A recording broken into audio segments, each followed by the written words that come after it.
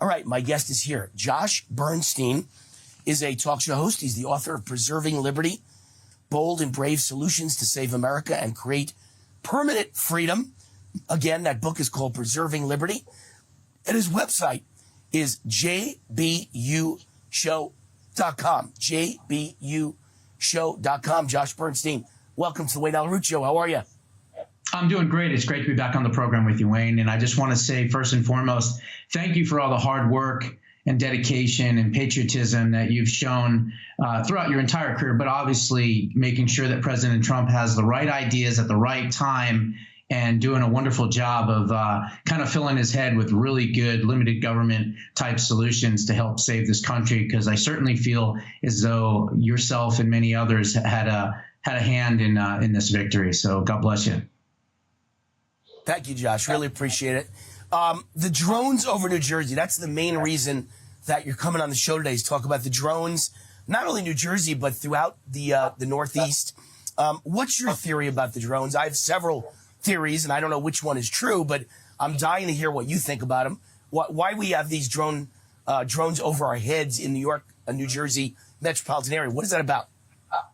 You know, it's really scary. That's the first thing that I'll say, especially because of the lack of communication between the State Department, the Biden outgoing regime, and the quote unquote experts out there. They're all mum. They're not really saying what's going on. So I have to, unfortunately, then err on the side of caution. And the way that I see this is it's either Iranian or Chinese or, quite frankly, both.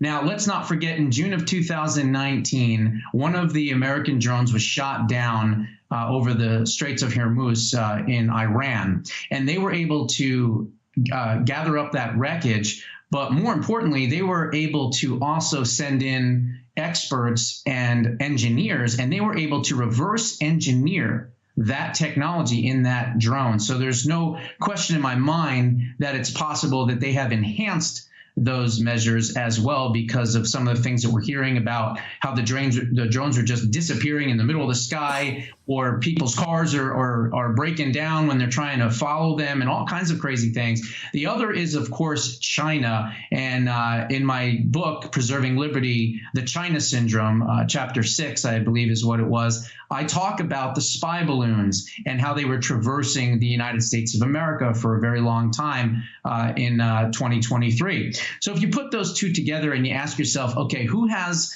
the financial whereabouts to do an operation like this? That would be China. But also, is Iran, because they have five assassination teams that are still active, that are trying to, get to President Trump. So I look at it this way, and I say this: let's err on the side of caution. I think that President Trump would be smart to actually have his inauguration inside in a secure military installation, get sworn in early, and then once you're sworn in and you're president, then enact the military to go after these drones and shoot all these drones down out of the sky. I really think that it's a possibility, if God forbid the government is somehow complicit in this and they're allowing this to be in the airspaces, I think that not only President Trump could be in danger, but if his entire cabinet is at this inauguration, I mean, you could wipe out MAGA in one shot. And so I think President Trump needs to really seriously think about this inauguration, buck the trend. He's much more important alive than dead. We need him to help make America great again. I'm not trying to scare people, but I am using logic here. And if the government's not telling us what it is, then we sadly have to think of the worst and not the best. Yeah, no, look, I agree with you. I'm going to be at the inauguration, so wiping out MAGA would wipe out Wayne Allyn too. And I'm scared about going to the inauguration. As I said to my wife, they're trying to start World War III. The drones are an issue. Now there's balloons above us. Some are saying there are American CIA drones looking for a radiation or radioactive materials for a dirty bomb. Who knows what they're planning? And the inauguration would be the perfect place to do it. But he's my friend, and I feel like I have to be there for him. So I'm planning to be there, but I sure hope that they have some way to keep us all safe. Let's not forget, Josh, really what's scary is that till the moment he swears in, puts his hand on the Bible and swears in as president of the United States, the entire security is being run by the Biden administration.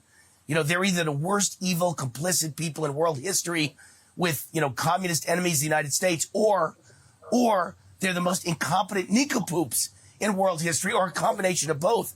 So they're the ones in charge of security. Scary to think about. How is it possible, if you're right, and they're Iranian drones or Chinese drones, how is it possible that they're not shooting them down, chasing them away, threatening Iran and China? You know, we're going to destroy you if you open fire. You can't spy over our military installations and our nuclear. How could they allow this to happen? If this is true, then the people running our country are complicit traitors, right? Absolutely. And look, I'm going to say something. I'll try not to be too controversial, but that's what I've done throughout my whole career, which is why I'm not on social media and had to write the book, Preserving Liberty, to get around that censorship. But I will say this. Look, they have tried to impeach him not once. They have tried to impeach him twice. They have tried to set him up. They've tried to entrap him through January 6th. They have tried to do all of these different things. And now they've even tried to assassinate him. I'm not saying it's the actual government, but I'm saying people have tried to take potshots at him and tried to kill him. So my thought process is, we already know that this is an extremely China-centric administration that we just have to, unfortunately, live through the last 4 years. And we know that the Chinese worked with the American government at that time to basically unleash this virus, right? We know that the Wuhan lab leak was a lab leak. I talk about it in my book, Preserving Liberty. And we know that it didn't come from a wet market. We know it wasn't natural origins. It came from there. So if they're willing to work with the Chinese government, right, EcoHealth Alliance, Ralph Baric, all the people, Fauci, obviously, and many others that were entangled in all of that, who's to say that somehow we should give them the benefit of the doubt that they wouldn't try to do something because they hate President Trump? They've tried to put him in jail. They've tried to indict him a million times. I mean, we've got to err on the side of caution here.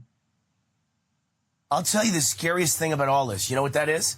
Not that the enemy is flying above us, if that's true, and they don't seem to care, and they're telling us don't worry about it, and they're doing nothing about it. They haven't even told Trump what it is. He clearly doesn't know. He's put out tweets, or I should say posts, at Truth Social, because he doesn't tweet. He posts at Truth Social at Truth. He puts out truths. I guess you call them truths. And his truths say, if those are not American drones from our government, shoot them down. But tell the American people, are they ours? How come he doesn't know? As the incoming president-elect, how is he not getting national security briefings, Josh? You know what? Look, I can't answer that. I know you're a lot closer to him than I certainly am. I've never met the man, and I know you have many times. So perhaps maybe, you know, you can kind of parlay some of these warnings and prophetic information that I'm trying to share to him. But I think that he needs to just understand that if the government is being quiet, he's not getting intelligence briefings. They're boxing him out. And this is allowed to happen in our airspace. Let's go to that fact that these drones, whether they're Chinese or Iranian or both, they are in our airspace. And by the way, these are not Best Buy. These are not Radio Shack. These are the size of dining room tables, as Sean Hannity pointed out a couple of days ago, small cars, SUVs, and they're flying around in our skies with no one doing anything about it. So that's really, really terrifying when you think about it. It is. And the good news is Josh has some solutions. He's got a great book out. It's called Preserving Liberty, Bold and Brave Solutions to Save America and Create Permanent Freedom. There it is. Preserving Liberty by Josh Bernstein. We appreciate having you on. Time goes fast. They're screaming in my ear, 10 count. So we're on the way out. But Josh, I want to wish you a Merry Christmas, Happy Hanukkah, Happy New Year, Happy Holidays, all the above. Thank you for coming on the show. Thank you for being concerned about all of us who are attending the inauguration. I share your concern. Thank you.